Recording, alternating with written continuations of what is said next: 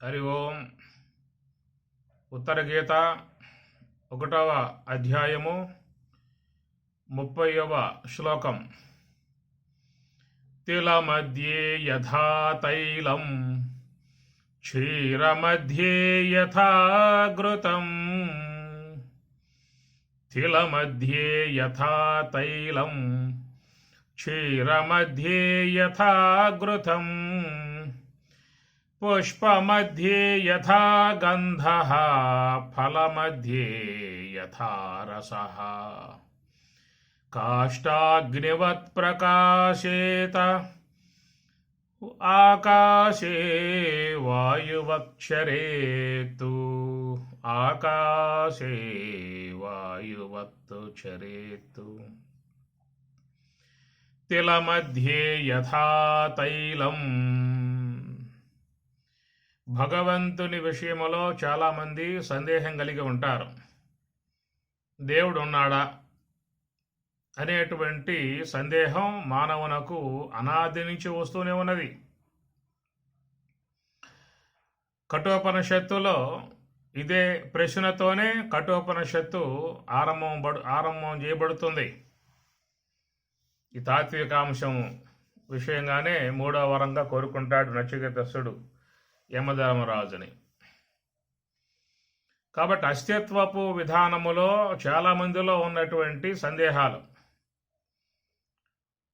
భగవంతుడు అనే విషయం మరి అదొక సందేహం అయితే, నేను అనే విషయంలో కూడా ఒక సందేహం మానవునికి. తత్పద లక్ష్యార్థ విషయంలోనూ సందేహమే, త్వంపద వాచ్యార్థ విషయంలో కూడా సందేహమే. లోన జీవుడు ఉన్నాడు, త్వంపద వాచ్యార్థం జీవుడే, త్వంపద వాచ్యార్థం జీవుడు, త్వంపద లక్ష్యార్థం ప్రత్యేగాత్మ. కాబట్టి లోన ఉన్నటువంటి యొక్క ప్రత్యేగాత్మ విషయంలో కూడా సందేహం. నేనున్నాను అని చెప్పని అంటాం. ఆ ఉన్నాను అనేటువంటి యొక్క దాని విధానములో అనేక రకాలైనటువంటి యొక్క భావాలు. శంకరాచార్యుల వారు ఈ విషయంలో కూడా మరి వారు చెప్పిన శ్లోకం ఒకటి ఉన్నది. దేహం ప్రాణమపి ఇంద్రియాణ్యపి చలాం బుద్ధిం చ శూన్యం విదుః. స్త్రీ బాలాంధజటోపమాస్త్వహమితి భ్రాంతా పురుషం వాదినః. మాయాశక్తి విలాసకల్పిత మహావ్యామోహ సంహారిణే తస్మై శ్రీ గురుమూర్తయే నమ. ఇదం శ్రీ దక్షిణామూర్తయే. దేహం ప్రాణమపి ఇంద్రియాణ్యపి. దేహం అయా నేననగా దేహం ఇంకేం లేదే. దేహం కంటే లక్షణముగా జీవుడు లేడు, ఆత్మ లేదు, పరమాత్మ ఇంకేం లేదేక. ఈ దేహమే నేను అనేటువంటి యొక్క ఆ దేహాత్మ బుద్ధి అని చెప్పని అంటారు. దేహాత్మ, దేహమే ఆత్మ, అదనమాట.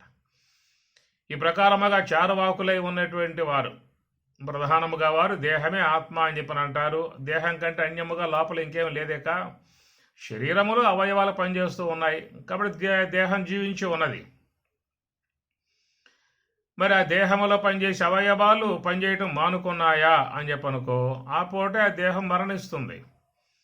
అంతే మినహాయించి దేహం కంటే వేరుగా ఏదో ఇంకోటి ఉన్నది, అది మళ్ళీ అక్కడి నుంచి వెళ్ళిపోతుంది, మళ్ళీ ఇంకో దేహం ధరిస్తుంది అనేటువంటివన్నీ కూడా వాస్తవాలు కాదని చెప్పని వాళ్ళు గట్టిగా వాదిస్తారు. ఇప్పుడు ఆ వర్గం ఉన్నది, దాన్ని నాస్తిక వర్గం అని చెప్పని అంటారు. ఒక ఇంట్లో రోజు ఒక అమ్మగారు లేవగానే ఆ ఇల్లాలు మహాతల్లి పుణ్యాత్మరాలు భగవంతుని యొక్క ఆరాధన, స్మరణ, జపము, పూజ ఇవన్నీ కూడా చేస్తూ ఉంటుంది.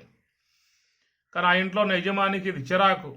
ఏడాది చాదస్తం పాడుగాను పొద్దున్న లేచిన కాడి నుంచి పూజ అంటుంది, జపం అంటుంది, ఆరాధన అంటుంది, అభిషేకాలు అంటుంది అని చెప్పేసి ఆయన గారు ఇసుక్కుంటూ ఉండేవాడు.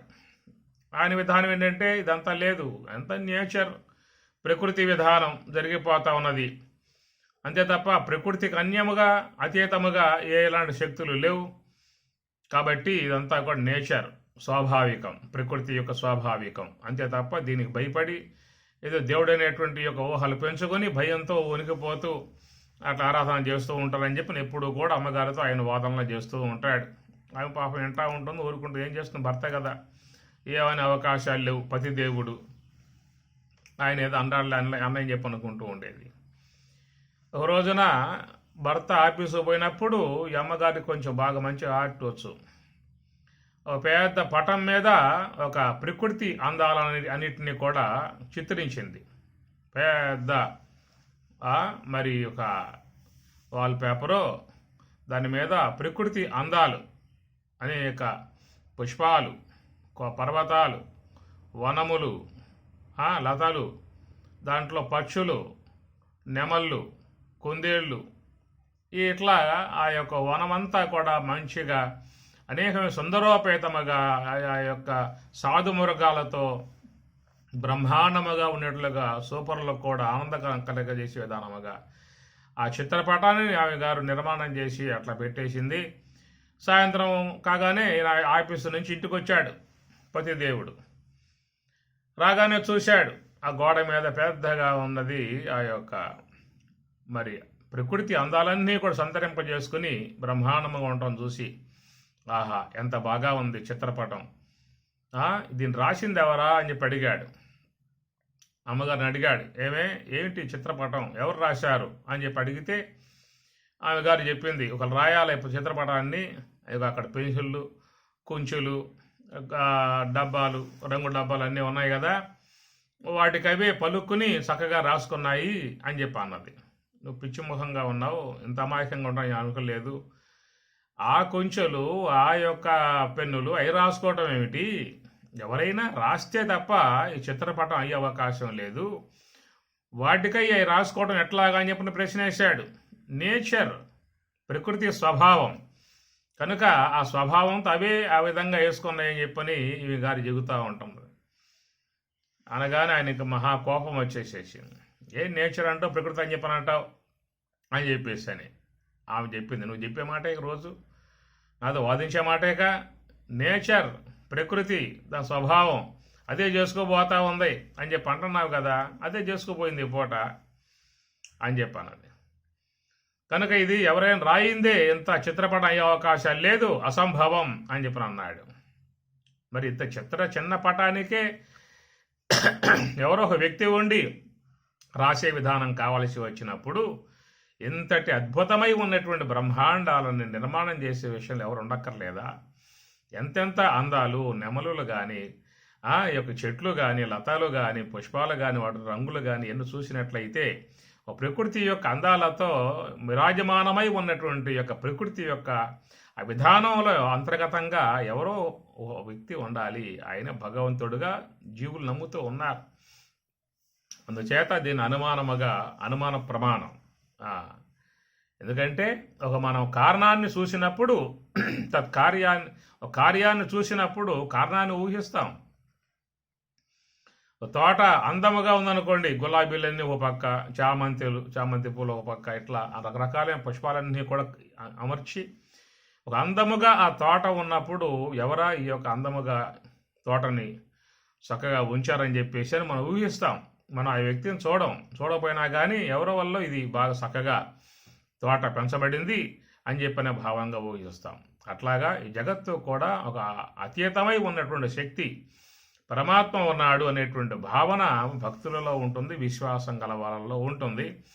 కానీ ఆ విశ్వాసం లేకుండా ఉన్నటువంటి వాళ్ళు మాత్రమే ఇదంతా లేదు, పరమాత్మ లేడు, బ్రహ్మము లేదు, ఆత్మ లేదు, దేవుడు లేడు, ఎవరూ లేరు, ఉన్నదంతా ప్రకృతే, నేచర్, స్వభావం అనే విధానం గలవాళ్ళు దేహం ప్రాణమపి ఇంద్రియాన్యపి, కొంతమంది దేహమే ఆత్మ అని చెప్పని చెబుతూ ఉంటారు.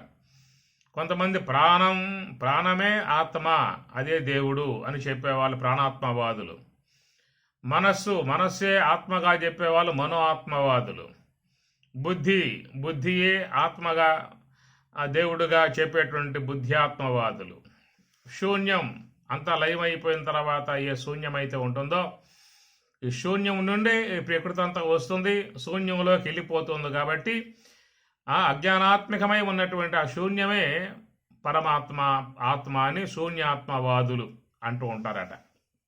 ఇవన్నీ ఆనాటి కాలంలో శంకరాచార్యుల వారు వాళ్ళతో వాదోపాదాలు చేశారు. కాబట్టి ఆయన గారు శ్లోకం రచించాడు. దేహం ప్రాణమపి ఇంద్రియాణ్యపి చలాం బుద్ధించ శూన్యం విదుః స్త్రీ బాలాంధజడోపమాస్త్వహమితి భ్రాంతాభృశం వాదినః భ్రాంతాభృశం వాదినః ఆ విధముగా అలాంటి భావాలు వాళ్ళు పెట్టుకుని భృశం గట్టిగా వాదన చేస్తూ ఉంటారు. ఏమిటయ్యా వాదన అంటే మాయాశక్తి విలాస కల్పిత మహావ్యామోహ.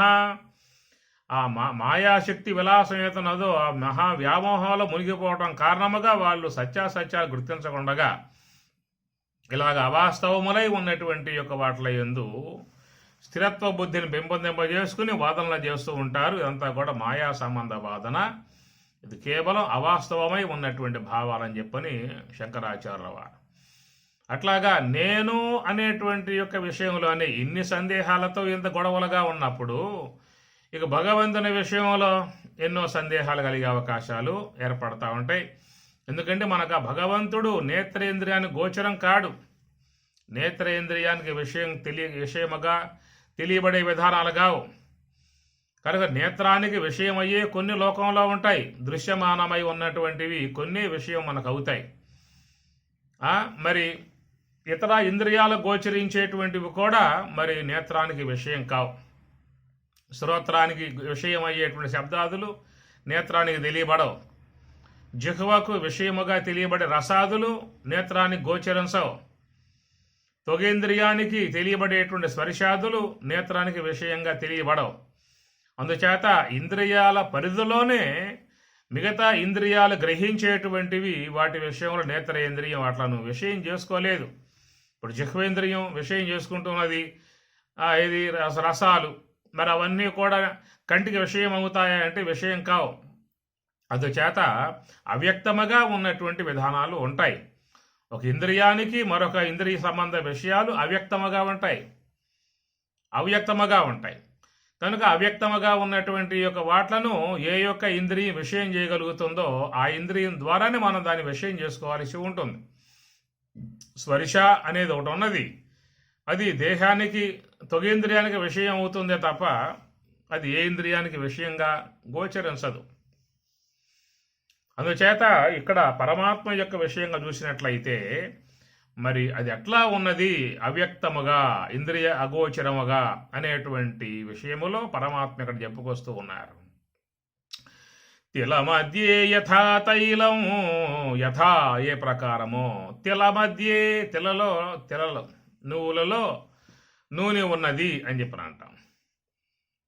మరి నూనె ఉన్నదా అంటే ఉందని చెప్పని అంటాం. మరి ఉంటే చూపించమని చెప్పానంటే చూపించే అవకాశం లేదు. ఏం చేయాలి? దాన్ని బాగా గాడించాలి. గాడిస్తే బాగా దాంట్లో అవి నలిగి ఆ నువ్వుల నుంచి ఆ నూనె బయటికి వస్తుందన్నమాట. అప్పుడు మన ఆ నూనెని దర్శించే అవకాశం ఏర్పడుతుంది. కానీ నువ్వులు పట్టుకుని నూనె చూద్దామంటే కనబడే విధానం కాదు. సాధనాంశము చేతనే ఆ వస్తువును మనం వెలికి తీసుకొచ్చే అవకాశం ఉంటుంది. తిల మధ్యే యథా తైలం క్షీర మధ్యే యథా ఘృతం. క్షీరం అంటే పాలు. పాలల్లో నెయ్యి ఉందా లేదా అని చెప్పి అడిగామనుకో ఏమంటాం? పాలల్లో నెయ్యి ఉన్నది అని చెప్పి అన్నావు అనుకో, నువ్వు చూసి చెప్పావా? కనబడుతున్న నెయ్యి నీ కంటికి పాలల్లో నెయ్యి కనబడుతూ ఉందా? కనబడటం లేదు. లేదని చెప్పి అందామా? లేదని అవకాశం ఉందా?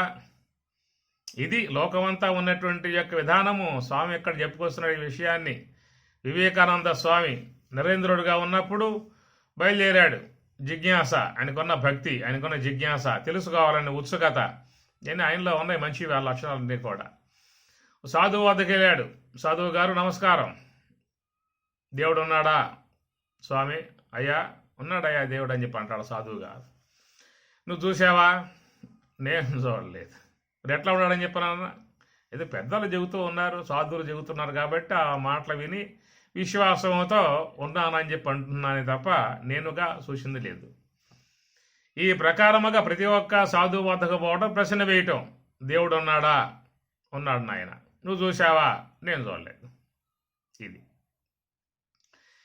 ఇప్పుడు మనం కూడా అదే మాట వాడతాం కదా. మనం భక్తులం, మన విశ్వాసంతో ఉన్నటువంటి వాళ్ళం.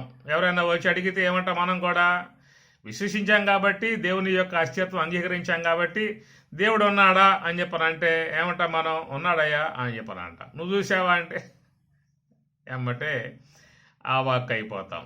కారణం ఏంటంటే దానికి సమాధానం చెప్పాలంటే శాస్త్రము ఉండాలి, కొంత మరి స్వరూప జ్ఞానము ఉండాలి. శాస్త్రజ్ఞానం ఉండాలి, స్వరూప జ్ఞానం ఉండగలిగితే సమాధానాన్ని చెప్పే అవకాశం ఉంటుంది.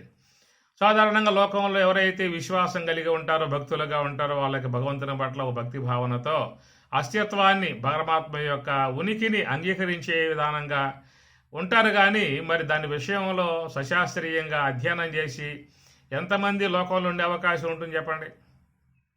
కనుక వాళ్ళల్లా కూడా ఏమంటారంటే ఉన్నాడా అంటే ఉన్నాడు, చూసావా అంటే నేను చూడలేదు అనేటువంటి యొక్క ఒక విశ్వాస భావంతో ముందుకు పోయే విధానం అన్నమాట. అలాగా నరేంద్రుడు ప్రశ్న వేసుకుంటూ వెళ్ళాడు. చివరికి కాళికాలయంలో పరమహంసల వారు ఉన్నారని చెప్పిన విషయాన్ని విని ఆలయానికి వెళ్ళాడు. పరమహంసల వారు నిశ్చలముగా కూర్చుని ఉన్నారు. ఇదే ప్రశ్న ఆయన ముందుకు వెళ్ళాడు. అయ్యా నమస్కారం, స్వామి నమస్కారం. ఏమి నాయన, దేవుడు ఉన్నాడా? ఉన్నాడు. నువ్వు చూసావా? నిన్నెట్లా అయితే శుద్ధంగా చూస్తూ ఉన్నానో అట్లాగా ఆ భగవంతుని చూస్తూ ఉన్నానని చెప్పాను. ఎప్పుడైతే ఈ విధంగా మరి ఎంతో ధైర్యంగా ఎంతో ఎక్కడ సమాధానం లభించలా, నిన్ను ఏ ప్రకారముగా 2 కళ్ళతో ప్రత్యక్షంగా చూస్తూ ఉన్నానో ఆ విధంగా భగవంతుని యొక్క దివ్యత్వాన్ని నేను నాలోనే దర్శిస్తూ ఉన్నాను అనేటువంటి ఒక మాట గంభీరముగా, ధీరత్వంగా, ప్రస్ఫుటముగా, సంకోచరహితముగా మాట్లాడే తలికి నరేంద్రుడు ఒక్కసారిగా ఆశ్చర్యపోయాడు. నాకు చూపిస్తావా అని చెప్పి అన్నాడు. చూసే శక్తి నీకుందా అని చెప్పి అడిగాడు. చూస్తానని చెప్పి అన్నాడు.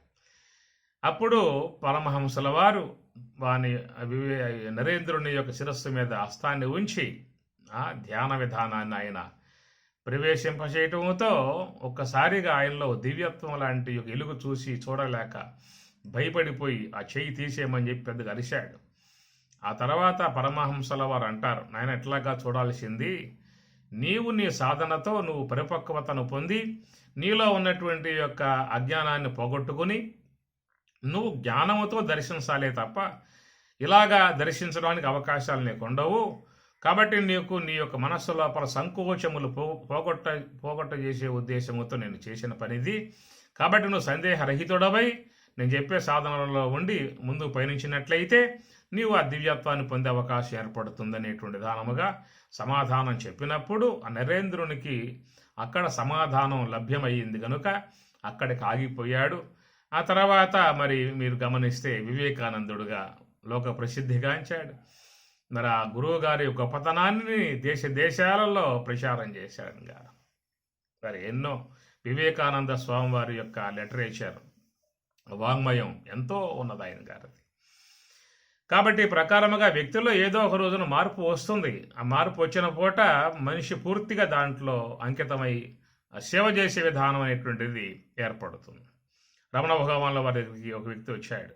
ఇదే ప్రశ్న, అయ్యా రమణ భగవాన్ల వారు నమస్కారం, దేవుడు ఉన్నాడా అని ప్రశ్న వేశాడు. ఆయన ప్రశ్న వేశాడు, నువ్వున్నావా అని ప్రశ్న వేశాడు. ఇదేం ప్రశ్న స్వామి? దేవుడు ఉన్నాడా అనే ప్రశ్న లోకం అందరినీ బాధించే అంశం ఇది. నా ఒక్కడికే కాదు, నాతో పాటు చాలామంది ఉన్నారు. అందరికీ ఈ విషయంలో సందేహం ఉన్నది. కాబట్టి దేవుడు ఉన్నాడనేటువంటి యొక్క మాటగా సందేహం వ్యక్తపరచడం లాంటిది ఉంటుంది. అది సందేహం, అందరికీ సందేహమే. మరి మీరు వేసిన ప్రశ్న ఎట్లా ఉంది? నువ్వు ఉన్నావు అనే ప్రశ్న ఏంటి? ఎదురుగా కూర్చొని కనబడుతూ ఉండవు పక్క ఏమి? దేవుడనే విషయం సందేహం, కనపట్లా. ఆ కనబడకుండా ఉన్నటువంటి విధానములో ఉన్నాడని చెప్పనేటువంటి వాదన చేసేవాళ్ళు ఉన్నారు, లేడని చెప్పనే విధానముగా నమ్మిన వాళ్ళు ఉన్నారు. మరి అన్నప్పుడు దేవుడి విషయంలో సందేహం కలిగి ప్రశ్న వేయటం సబబు. వేసినప్పుడు అదే సమాధానం చెప్పాలి. మీరు నువ్వు ఉన్నావని ప్రశ్న వేయటం ఏంటి? ప్రశ్న అవుతుందా? ఎదురుగా నన్ను చూస్తూ నేను ఒక పక్క మాట్లాడుతూ ఉంటే, నేను ఒక ఉనికి కలిగి ఉంటే, నా ఉనికి నువ్వు చూసి కూడా, కళ్ళతో చూసి కూడా నువ్వు ఉన్నావనే ప్రశ్న వేయటం ఎంత హాస్యాస్పదంగా ఉంటుంది. అందువల్లేక సాధువులంటే తిక్క వాళ్ళని చెప్పిన విధంగా చెప్పేది అని ప్రకారంగా వాడు చెడ మెడ ఏదో స్వామి దగ్గర మాట్లాడేశాడు ఆ పని. అయ్యా నువ్వు కోపగించుకోవద్దు, నువ్వు ఒక ప్రశ్న వేశావు, నీ డౌట్ అది, నేను ఒక ప్రశ్న వేశాను, నాది సందేహమే కదా, నీది సందేహం నాది సందేహమే, కనుక ఈ రెండూ కూడా నిగ్గు తేలాలి. ఎట్లా తేలుతాయి? విచారణ చేస్తే తేలుతాయి విషయాలు. కనుక నీది ప్రశ్నే, నాది ప్రశ్నే, కాబట్టి నా ప్రశ్నకు జవాబు నువ్వు చెప్పగలుగుతావా అని చెప్పి అడిగాడు.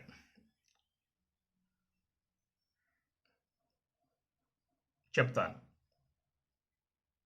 అడిగా కదా, నువ్వు ఉన్నావా అని ప్రశ్న వేశాను. అయ్యా నువ్వు కనపడుతూ ఉండి, నేను కనపడుతూ ఉన్నా కూడా నువ్వు ప్రశ్న వేస్తున్నావంటే ఇంకేం చెప్పాలి నీకు ఇంకా? అవునయ్యా నువ్వు కనపడతా ఉన్నావని చెప్పి అంటున్నావు కదా, ఈ కనపడుతూ ఉన్నటువంటి రూపమే నీవుగా అనుకుంటూ ఉన్నావా? అది వాస్తవమేనా? ఇప్పుడు విచారించావా? ఏమంటావు? నా దేహము అని చెప్పి అంటావుగా నువ్వు, నేను దేహం అని చెప్పి అంటలేదుగా, నా శరీరము అని చెప్పి అంటూ ఉన్నావు. లోన ఉన్న భాగాలకి నా మనస్సు అంటూ ఉన్నావు. నా మనస్సు బాగా ఉన్నది, నా మనస్సు బాగా లేదు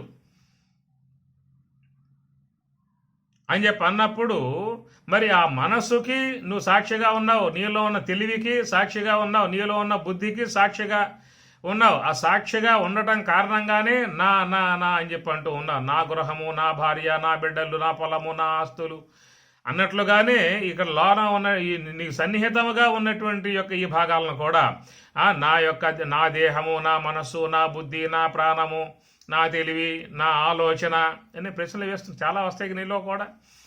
మరి ఆ నావి అని చెప్పనే విధానంగా నువ్వు మాట్లాడుతూ ఉన్నావు.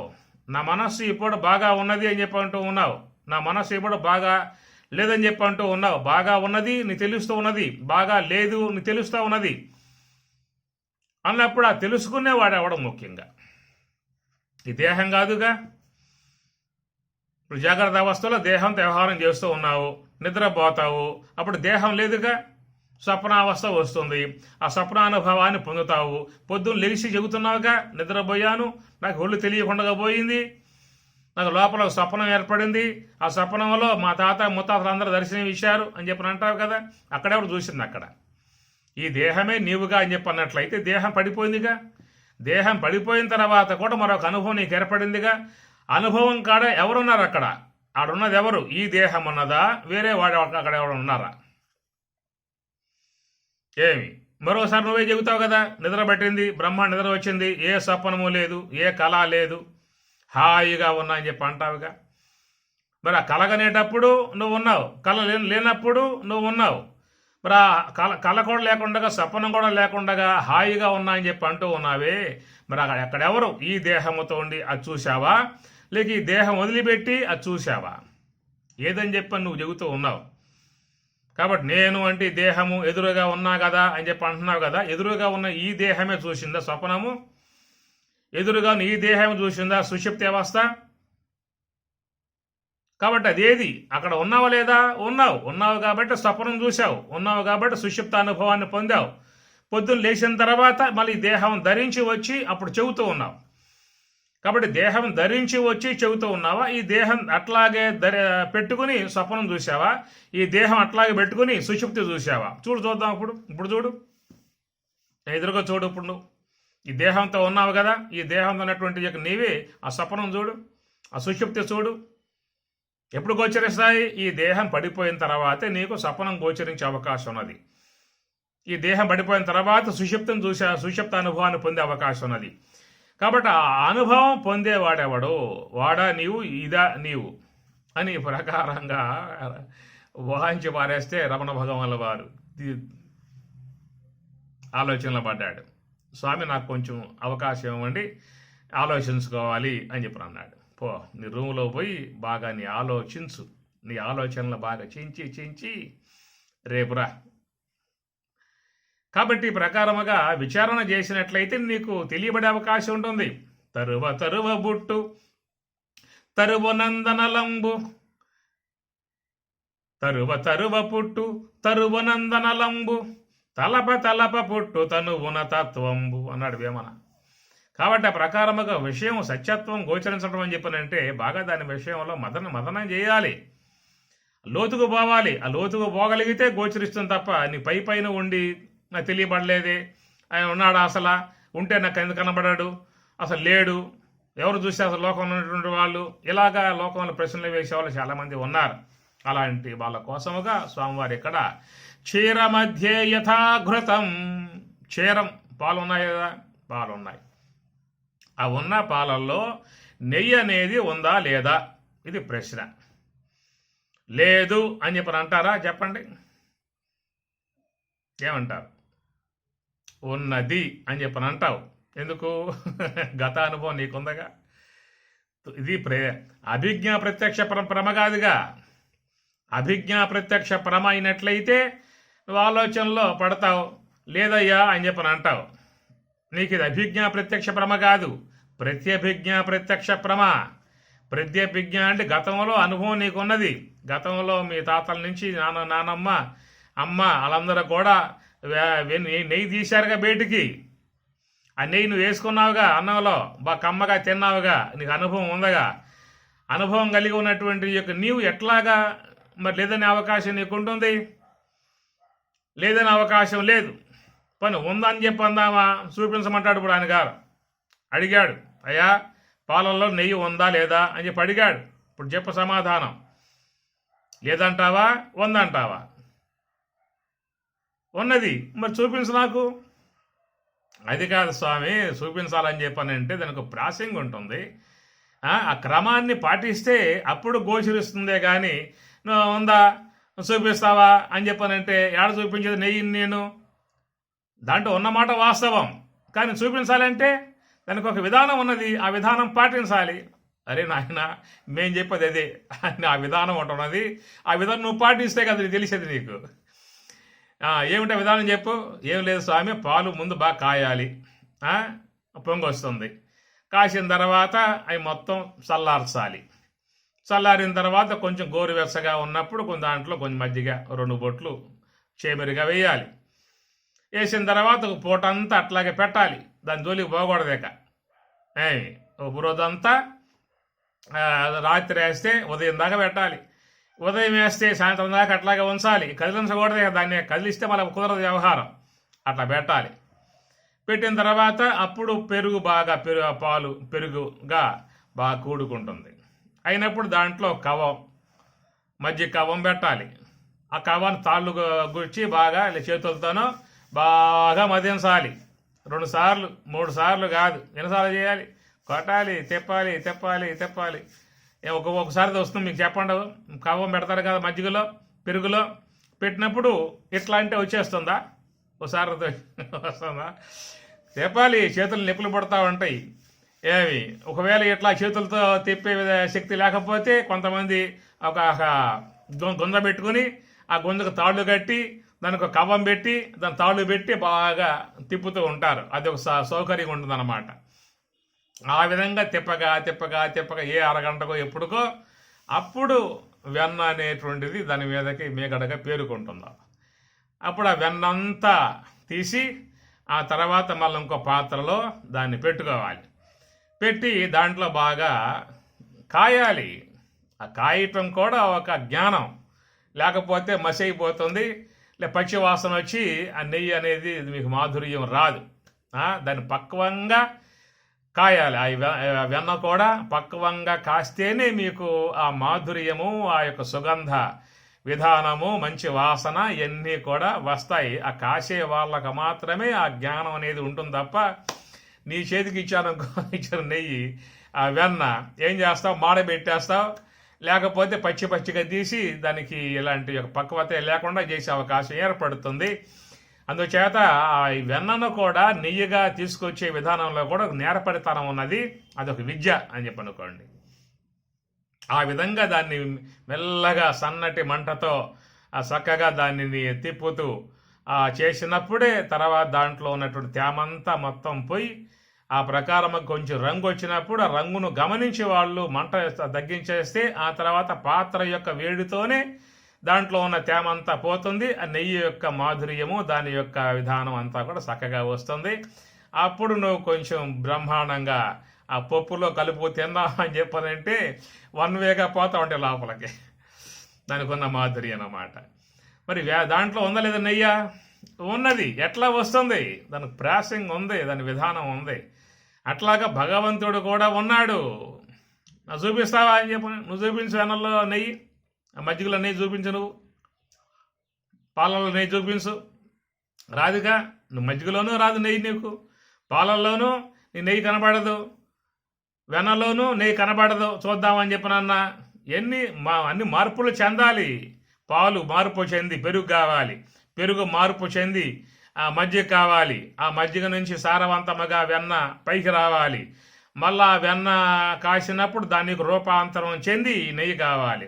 ఒకటి అంతరిస్తుంది, ఇంకొకటి ఉదయిస్తుంది. పాలు అంతరించింది, పెరుగు అయింది, పెరుగు అంతరించింది, మజ్జిగ అయింది, మజ్జిగ నుంచి సారవంతముగా వెన్న ఏర్పడింది. ఆ వెన్న అనే రూపం మారి నెయ్యిగా రూపాంతరములు చెంది చెంది చెంది చివరికి ఆడకపోతేనే, ప్రయాణం చేస్తేనే నువ్వు ఆ నేతి యొక్క రూపం దర్శించే అవకాశం నీకు ఏర్పడుతుందో ఆ ప్రకారము నీవు కూడా సాధనలో కూడా ముందు బాగా మహాత్ముల ద్వారా విషయాలు వినాలి, అవగాహన చేసుకోవాలి. ఆ తర్వాత మనసును హంసతో జోడించాలి. ఆ శ్వాసతో పెట్టినప్పుడు ఆలోచనలు వస్తాయి, నిద్ర వస్తుంది.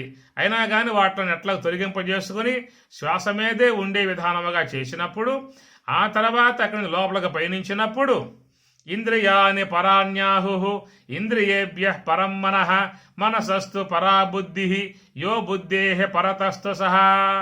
ఆ విషయాలు ఇంద్రియాలలో అణిగిపోతాయి, ఇంద్రియాలు మనస్సులో అణిగిపోతాయి, ఆ మనస్సు బుద్ధిలో లయమవుతుంది, ఆ బుద్ధి బ్రహ్మములో చేరిపోతుంది. అప్పుడు ఆ వెన్నల ఆ నెయ్యి లాంటి యొక్క సారవంతమై ఉన్నటువంటి బ్రహ్మాన్ని నువ్వు దర్శించే అవకాశము ఏర్పడుతుంది.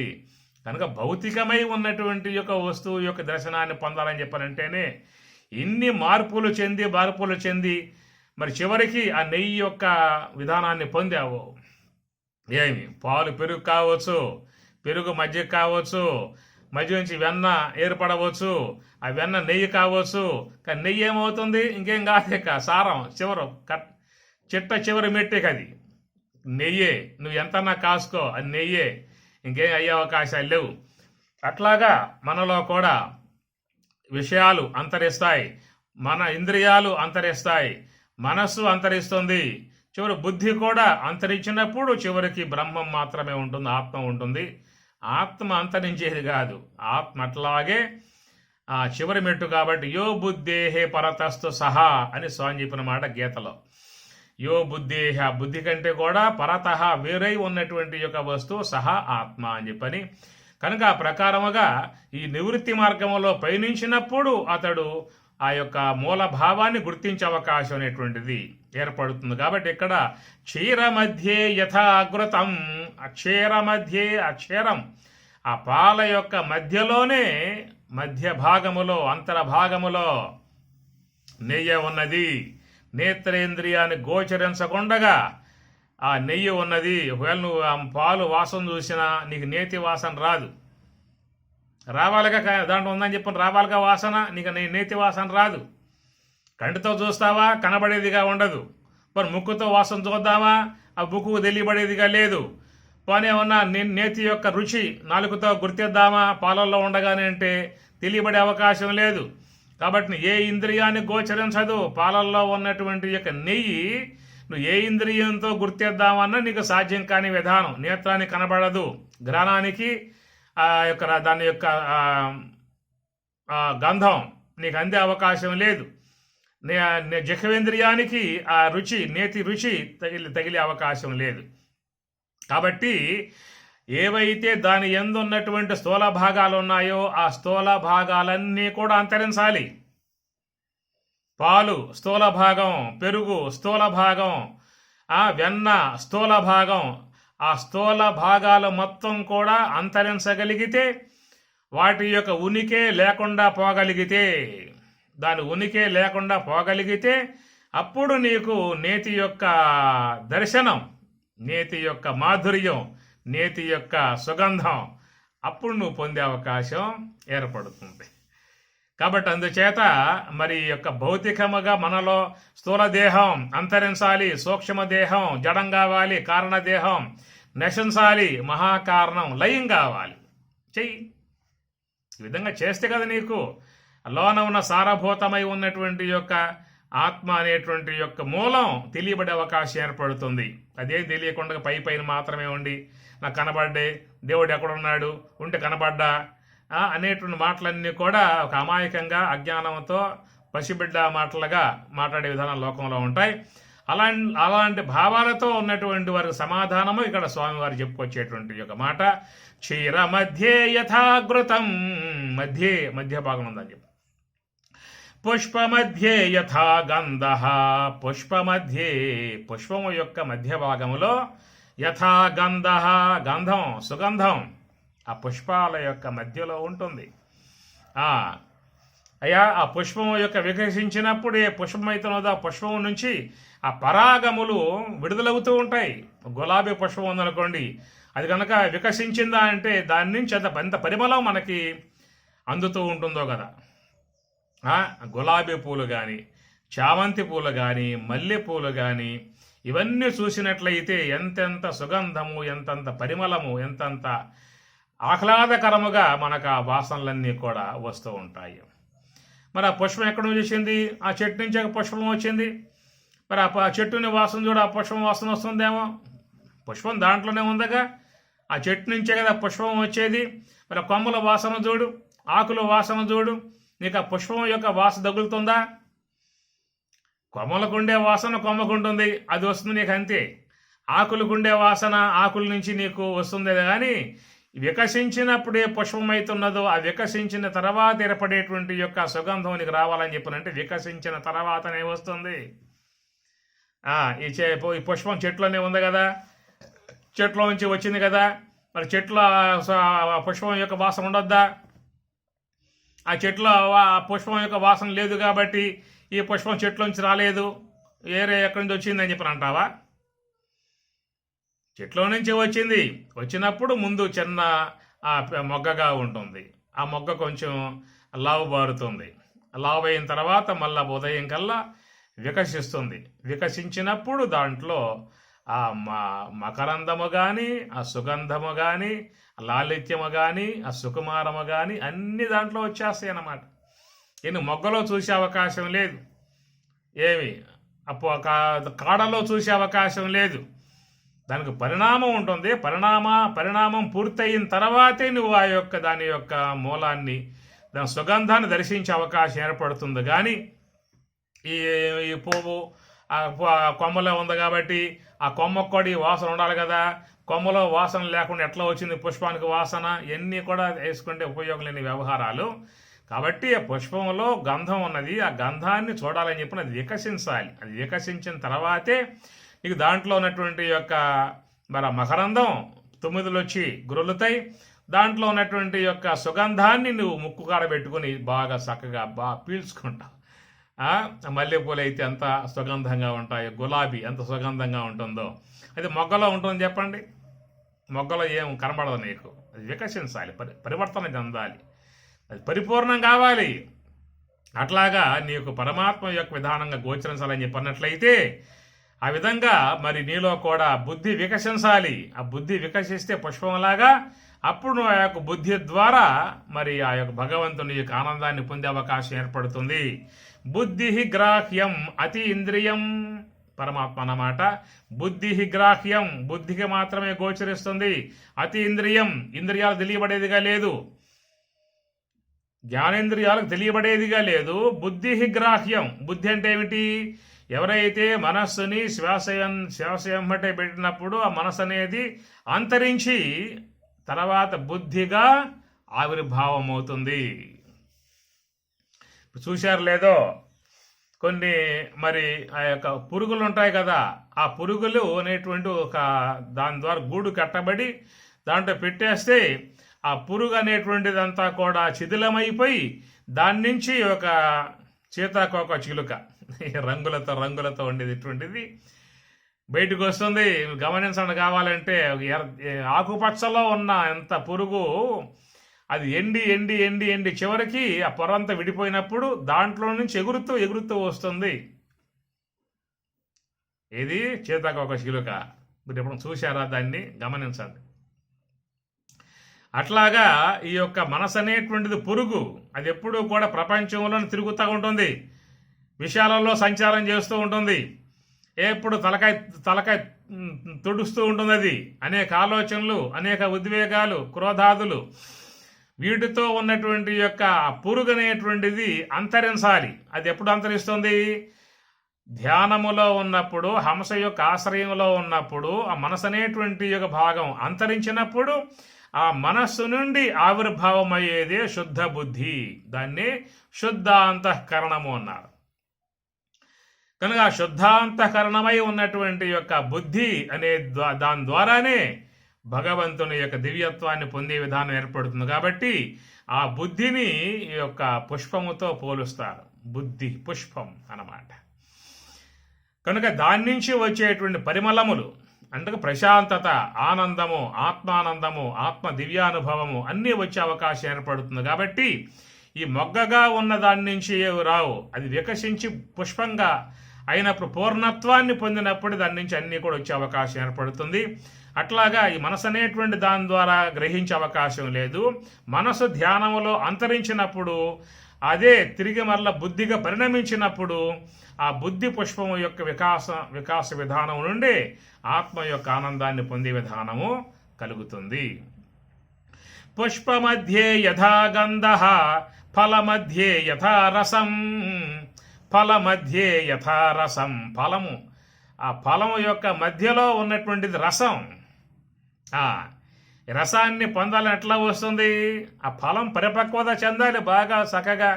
మీ సమ్మర్ వస్తే ఏమవుతుంది? మామిడికాయ అది పిందిగా ఉంటుంది, ముందు పోత పిండి అవుతుంది. ఆ పిండి తిన్నామనుకో అది వగరగా ఉంటుంది, కాయ తిన్నామనుకో పుల్లగా ఉంటుంది. అది బాగా పక్వం కావాలి, రంగు రావాలి, పక్వం కావాలి. ఆ నిగనగలాడుతూ ఉన్నప్పుడు ఎప్పుడైతే బాగా దాని యొక్క మాగుతుందో, పక్వం అవుతుందో, అప్పుడు దాని యొక్క రసం మీకు అందే అవకాశం ఉంటుంది. భగవంతుడు మనకిస్తాడు. మనం అక్కడ దాకా ఉంటేగా. ఈ పచ్చికాయలు కోసేస్తారు, ఆ రూమ్లో పడేస్తారు. ఆ పనే ఈ గ్యాస్ రాళ్ళు ఇంకేదో ఆవిరి పెట్టేసేసి విష సంబంధమై ఉన్న ఆవిరులు పెట్టేసేసి దాన్ని బలవంతముగా రంగు తెప్పిస్తారు. ఆ పని బలవంతంగా తెచ్చిన రంగుతో మనం చూస్తాము, బాగా ఉందని చెప్పి అనుకుంటాం. పైకి చూస్తానికేమో బ్రహ్మాండం కనబడతా ఉంటుంది. ఆ తర్వాత దాన్ని కోసి తింటే ఆ రుచాడు ఉంటుంది మనకి. ఈనాడు అంతా కూడా ఆరోగ్యాలు మనం పోగొట్టుకునేది కారణం ఏంటని చెప్పనంటే, ఈ ప్రకారంగా వ్యాపారస్తులు వాళ్ళ వ్యాపారం కోసముగా, లాభాల కోసముగా పచ్చి కోసేసేసి ఏదో గ్యాస్ రాళ్ళేసి విష సంబంధ గాలుల లోపల ప్రవేశింపజేసి అట్లా ముగ్గిస్తారు, మన ముందు పెట్టేస్తారు. మనకేంటంటే పండ్లు తింటే ఆరోగ్యము అనే భావం ఉంది కాబట్టి అవి పట్టుకొసుకుంటాం. ఆ విష సంబంధమై ఉన్న పండ్లన్నీ లోన పడేస్తాం, ఆసుపత్రులకి పరిగెడతా ఉన్నాం. భగవంతుడు ఆరోగ్యాన్ని ఇస్తాడు. పరమాత్మ వాటను దాన్ని ముగ్గే విధానంగా చేస్తాడు, పక్వం చేస్తాడు భగవంతుడు. అనగా సూర్యకిరణాల ద్వారా పక్వం చేసినప్పుడు దాని ద్వారా చెట్టునే చెట్టునే ముగ్గినట్లయితే అది మనకు ఆరోగ్యకరము. అంత లెక్క మనం ఉండకుండా ఏం చేస్తున్నాము అని చెప్పానంటే, మానవుడే తన ఆరోగ్యం తానే పాడు చేసుకుంటున్నాడు. మానవుడే తన ఆరోగ్యాన్ని తానే పాడు చేసుకుంటూ ఉన్నాడు.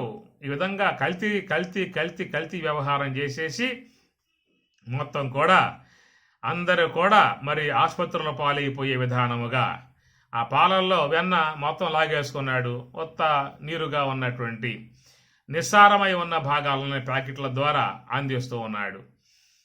బొప్పాయి చెట్లకు ఇంజక్షన్లు పొడుస్తూ ఉన్నాడు. అవి బాగా లావుగా రావాలని చెప్పని, లావుగా వస్తే అమ్మకానికి బాగా పోతాయి కాబట్టి అట్లా బొప్పాయి చెట్లకు ఇంజక్షన్లు పొడిచి అవి బాగా వచ్చేట్లుగా తయారు చేసి అమ్ముతూ ఉన్నాడు. దాంట్లో మొత్తం విషమే. ఇక్కడ ముగ్గిన తర్వాత అమ్ముతాడా అంటే అది కాదు. ఆ పచ్చియే కోస్తాడు, ఆ యొక్క విష సంబంధ గాలుల్లో పెట్టి ఆ రంగు తీసుకొచ్చి అమ్ముతాడు.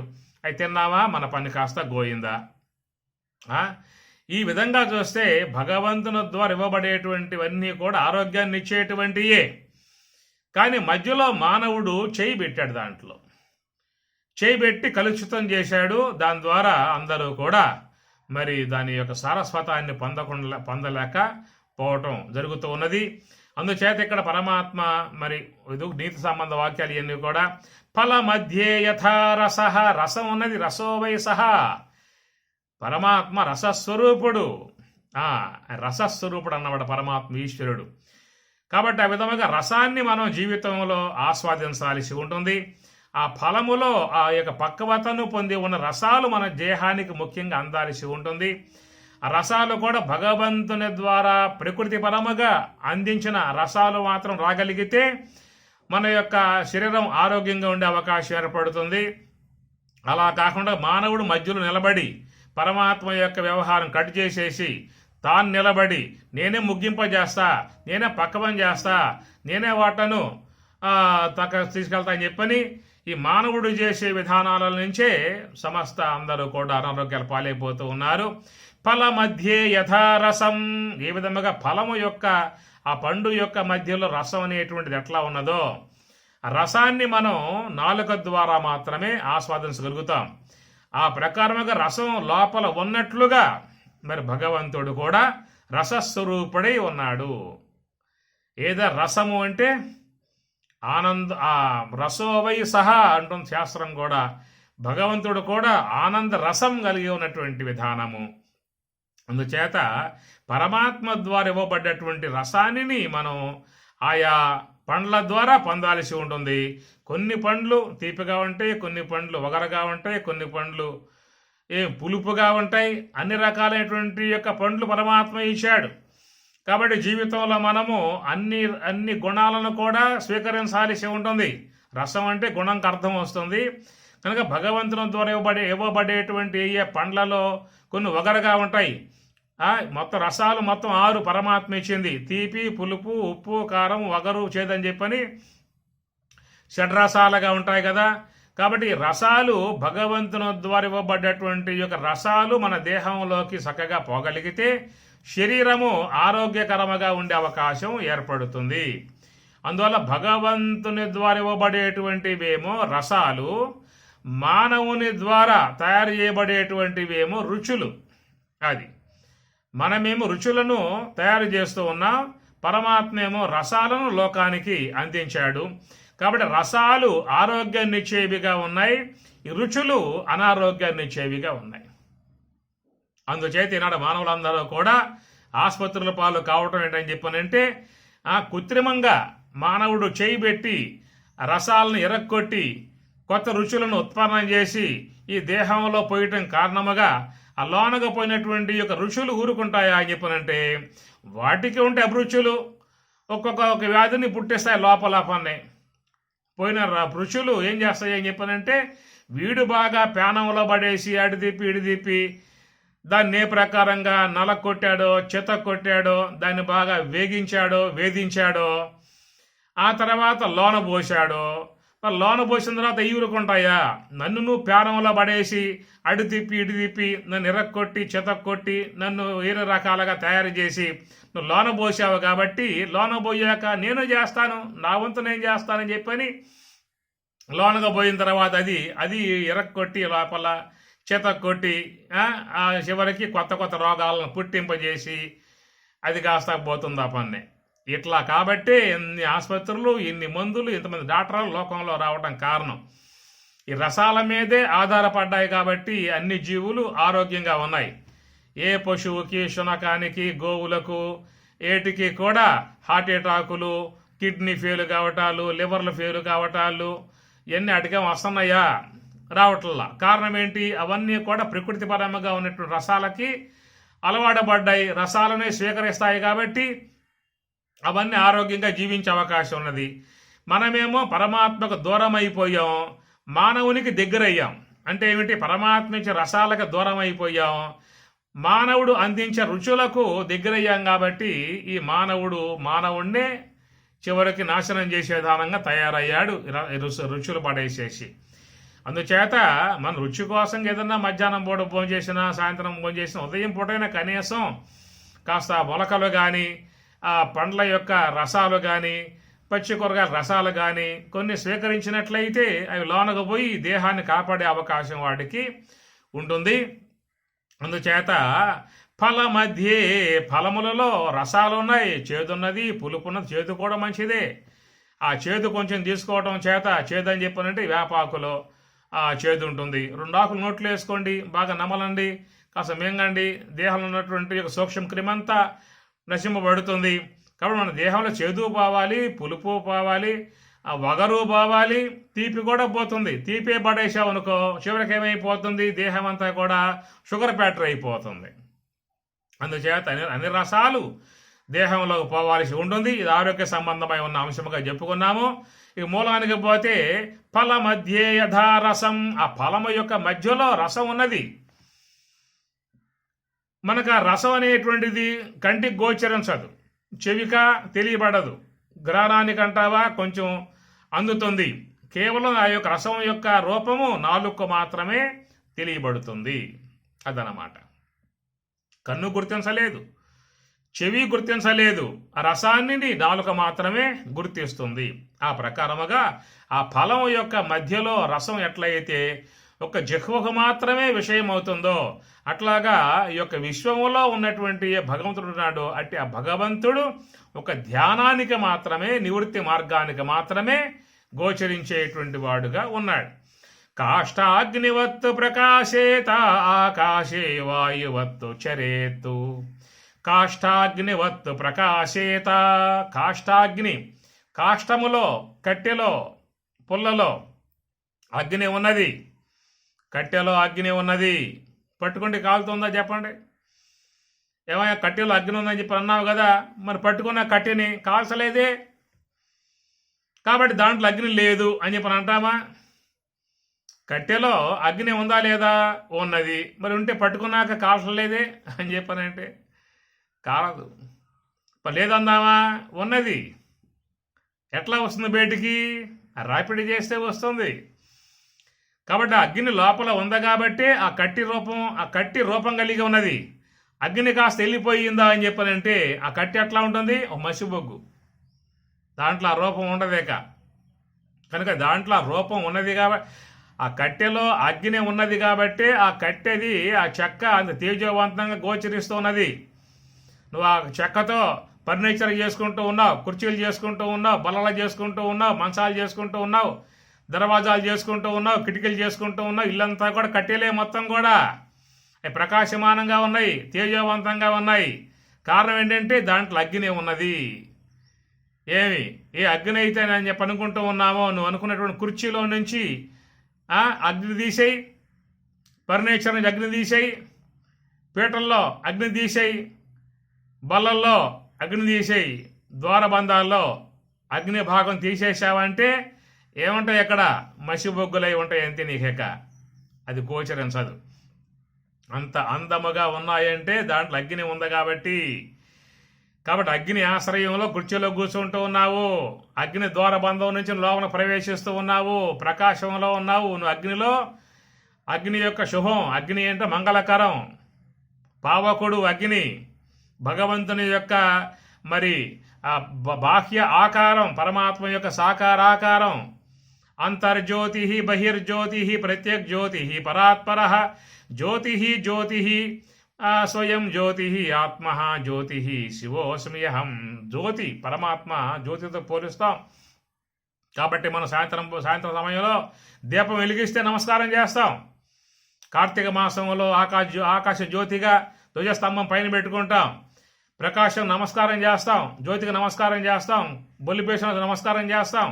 ఎందువల్ల ప్రకాశం భగవంతుని యొక్క రూపముగా మనం భావిస్తూ ఉంటాం.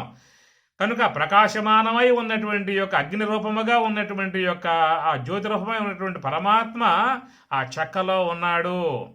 ఆ చెక్కలో ఉన్నాడు కాబట్టి ఆ చెక్క తేజోవంతముగా ఉన్నది.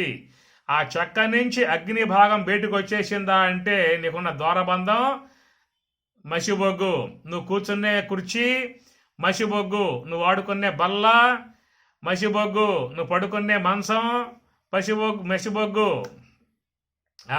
అట్లయిపోతే మొత్తం కూడా. కాబట్టి అగ్ని యొక్క రక్షణలో కూర్చున్నావు, అగ్ని యొక్క రక్షణలో పడుకున్నావు, అగ్ని యొక్క ఆశ్రయంలో ద్వారబంధం ఉండగా లోనకు పోయి బయటకు వస్తూ ఉన్నావు. అదంతా నీ యొక్క జీవన విధానానికి శుభకరముగా ఉన్నటువంటి తేజోవంతుడు అగ్ని రూపమైనటువంటి పరమాత్మ రక్షణలో ఉన్నాడని చెప్పిన అర్థం. అయితే ఆ పరమాత్మ కనబడుతున్నాడా అంటే కనపడటం లేదు.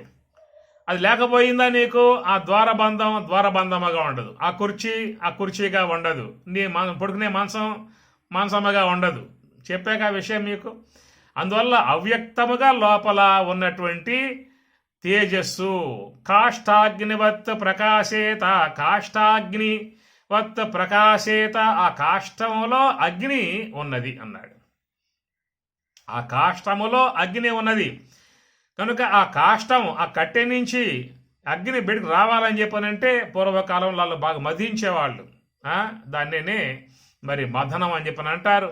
అప్పట్లో యజ్ఞం చేయాలని చెప్పనంటే పైన ఒక అరణి, కింద ఒక అరణి పెట్టి, మధ్యలో పుల్ల పెట్టి, మధ్యలో తాడు చుట్టి బాగా మదించినప్పుడు అరణి నుండి ఏర్పడేటువంటి యొక్క ఆ కణికలు అగ్ని, ఆ జ్వాల తీసుకుని వాళ్ళు మెల్లగా అగ్నిహోత్ర విధానముగా వ్రేలిసేవాళ్ళు.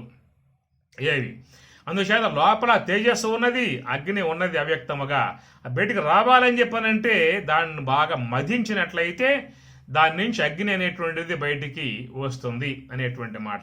ఇటీవల కాలం మనకి గిప్పొల్ల రకరకాలైనటువంటి యొక్క విధానాలు మనం కనుగొన్నాం అనుకోండి. ఇప్పుడు వ్యవహారం చేస్తూ ఉన్నాము. పూర్వకాలంలో అగ్నిని వాళ్ళు వ్యక్తం చేసుకోవాలంటే ఇదే పని చేసేవాళ్ళు. కట్టిన బాగా మదించినప్పుడు దాంట్లో వచ్చేటువంటి యొక్క అగ్ని అనే అంశము చేతనే యజ్ఞం చేయటం కానీ, ఇంట్లో వంట చేసుకోవటం కానీ అవన్నీ కూడా ఆ కాలంలో ఆ విధంగానే చేశారు. కాబట్టి అవ్యక్తముగా ఆ కట్టె యందు అగ్ని ఉన్నది. ఎట్లా ఉందని చెప్పనంటే సామాన్యాంశముగా ఉన్నటువంటి యొక్క అగ్ని. అదే విశేషాంశముగా వచ్చిందని చెప్పనంటే ఆ వచ్చినటువంటి యొక్క ఆ అగ్నియే ఆ కట్టెని కాల్చేస్తుంది. అట్లాగా మనలో ఉన్నటువంటి యొక్క అజ్ఞానం, ఈ అజ్ఞానం అనేటువంటిది ఆత్మ యొక్క శక్తిని మరుగు చేసి ఉన్నది. ఆ మరుగై ఉన్నటువంటి యొక్క ఆత్మ ఎప్పుడైతే ధ్యానము ద్వారా జ్ఞానాగ్నిగా పరిణమించిందో, జ్ఞానాగ్నిగా పరిణమించినప్పుడు ఆ జ్ఞానాగ్నియగు విశేషాగ్ని మాత్రమే లోన ఉన్న అజ్ఞానాన్ని, కర్మవాసనలు దగ్ధం చేస్తుంది. కనుక సామాన్యమై ఉన్నటువంటి యొక్క ప్రకాశం ఆత్మ అజ్ఞానాన్ని నశింపజేయదు, కర్మవాసనలు నశింపజేయదు. ఆత్మ ఉంద లోపల ఆత్మచేతనాశ్రయం ద్వారానే అజ్ఞానం ఉన్నది. ఆత్మచైతన్యాశ్రయం ద్వారానే కర్మవాసనలు ఫలవంతములై జీవులకు ఆ ఫలాలు అందిస్తూ ఉన్నాయి. కాబట్టి సామాన్యమై ఉన్నటువంటి యొక్క చేతనము విరోధి కాదు. దాంట్లో విశేషముగా ఆవిర్భావమయ్యేటువంటి యొక్క చేతనమే విరోధి. ఎట్లా అంటే కట్టెలో ఉన్నటువంటి యొక్క సామాన్యాగ్ని పట్టుకున్నా కాల్చదు. అది ఏ కట్టెని కాల్చదు, ఆ కట్టెని కాల్చదు. ఉన్నది సామాన్యాంశముగా ఉందన్నమాట. అది విశేషమైనప్పుడు మాత్రమే ఆ కట్టెని కాలుస్తుంది. వేరే కట్టెలు వేసినా అవి కాల్చేస్తుంది. అట్లా మనలో కూడా కలిగేటువంటి యొక్క బ్రహ్మాగ్ని. బ్రహ్మాగ్నౌ బ్రహ్మణాహుతం బ్రహ్మైవ తేన గంతవ్యం బ్రహ్మ కర్మ సమాధిన బ్రహ్మాగ్నౌ బ్రహ్మణాహుతం అని అన్నారు. అందుచేత కాష్టాగ్నివత్ ప్రకాశేత, కాష్టాగ్నివత్ కాష్టంలో ఉన్న అగ్నివలే భగవంతుడు కూడా అంతటా వ్యాపకమై ఉన్నాడు. ఎట్లా కాష్టములో ఉన్న అగ్ని ఎట్లా తెలియబట్టం లేదో, కంటికి గోచరించడం లేదు, పట్టుకున్న వేడుకోవడం, చేతి తగలటం లేదు. పట్టుకున్నప్పుడు వేడి తగలకపోయినా ఆ కట్టెలో అగ్ని లేదనటానికి మనకు అవకాశాలు లేవు. కట్టెలో అగ్ని ఉన్నది, కాల్చడం లేదని చెప్పి అనుకోబాకంటే కట్టెలో అగ్ని ఉన్నది. అట్లా భగవంతుడు కూడా ఈ కట్టెలో, అది ఆ కట్టెలో, భగవంతుడు ఈ కట్టెలో, ఈ దేహమని కట్టెలో లోపల ఉన్నాడు. ఆ విశేషముగా కనుక ఆవిర్భావం అయ్యాడా అని చెప్పనంటే ఆ సూక్ష్మ దేహాన్ని కాల్చివేస్తాడు, కారణ దేహాన్ని కాల్చివేస్తాడు. స్థూల దేహం కూడా కాలిపోతుంది. దాన్ని స్థూల దేహ శుద్ధి అని చెప్పని అంటారు.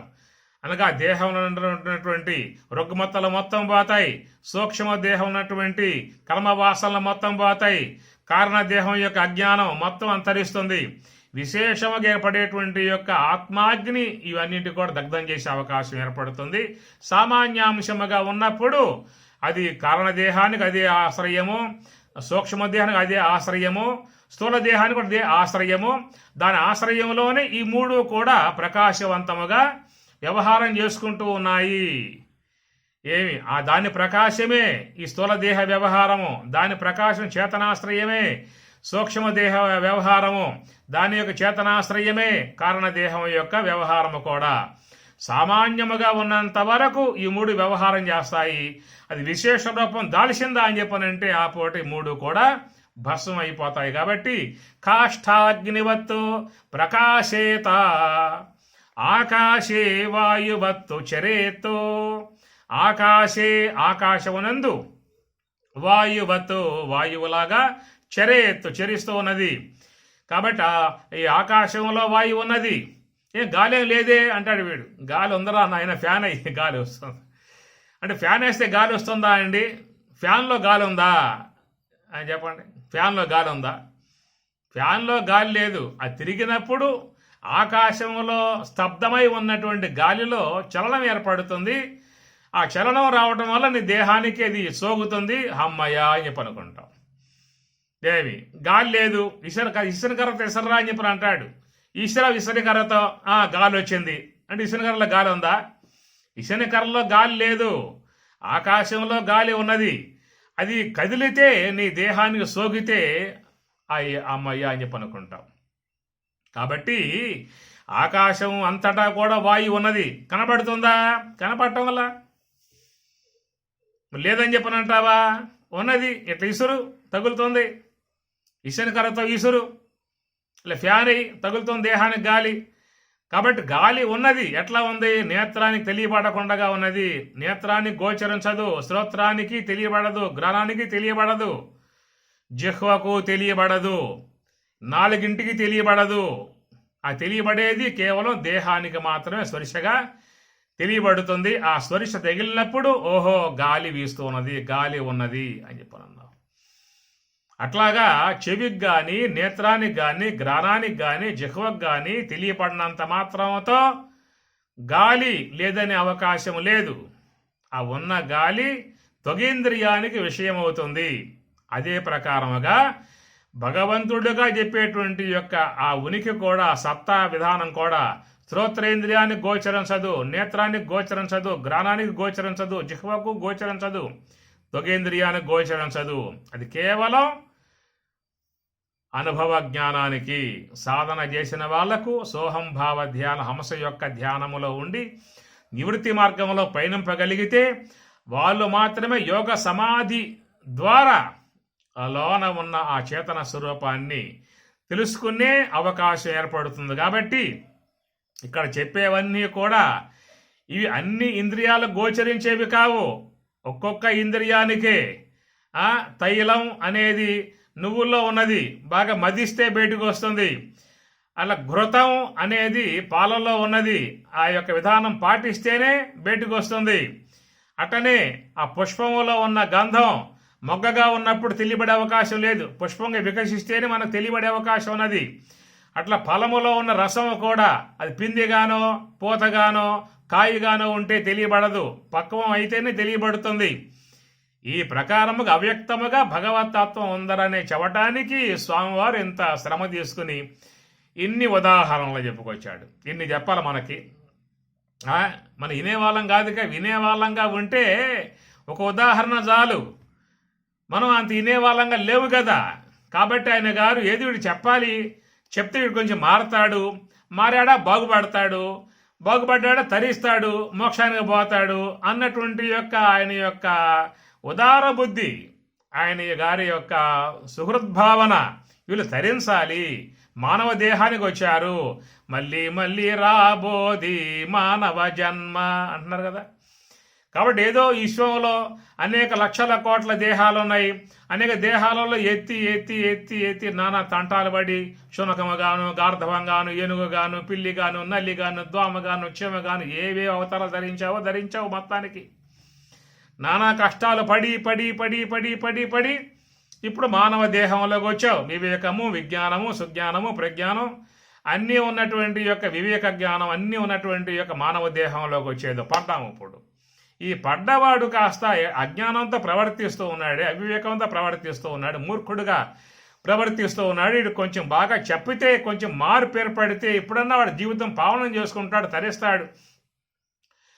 ఈ మూండాళ్ళ ముచ్చట బాల్యం పోయి, యవనం పోయి, వృద్ధాప్యం పోయి, ఆ దెబ్బతో దేహం వదిలిపెట్టేసేసి మన పరుగుబట్టి ఇతర దేహాల్లోకి పోయి, ఇతర దేహాలలో పడ్డాడా అని చెప్పనంటే మళ్ళా అట్లా పడి పడి లేచి లేచి తిరిగి తిరిగి తిరిగి తిరిగి మళ్ళా మానవ దేహంలోకి వచ్చేదలికి ఈ కలియుగం కాస్త అంతం కావచ్చు, మరి కృతయుగం ఆరంభం కావచ్చు, లేదా కృతయుగం కూడా పోయి మళ్ళా ద్వాపర యుగం రావచ్చు, త్రేతాయుగం రావచ్చు, అది కూడా పోయి ద్వాపర యుగం రావచ్చు, అది కూడా పోయి మళ్ళీ కలియుగం రావచ్చు, మళ్ళా కలియుగం కూడా 2000 ఈ విధంగా అయిన తర్వాత అక్కడ మన దేహంలోకి రావచ్చు ఏమో. చెప్పే అవకాశాలు ఎలా ఉన్నాయి చెప్పండి.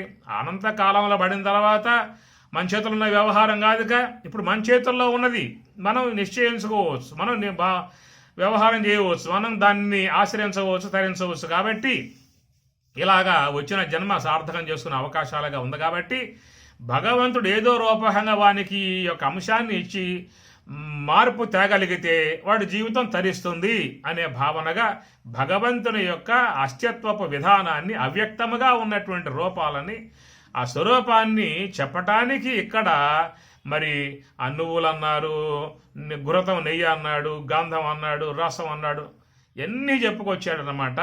ఎట్లయితే అవ్యక్తముగా ఉన్నటువంటి ఈట్లను మనం ఆయా సాధనాల ద్వారా వ్యక్తపరుచుకుని లభ్యాన్ని పొందుతూ ఉన్నామో, లభింపజేసుకుంటూ ఉన్నామో, అట్లా మనం కూడా జీవితంలో మహాత్ముల యొక్క విషయాలు శ్రవణం చేసి, సాధన చేసి, ధ్యానములో ఉండి, నివృత్తి మార్గములో పయనించి అంతర్ముఖులమై ఆ యొక్క యోగ సమాధిలో ఆత్మానుభావాన్ని పొంది తరించాల్సి ఉంటుంది అని చెప్పని స్వామివారి యొక్క బోధ.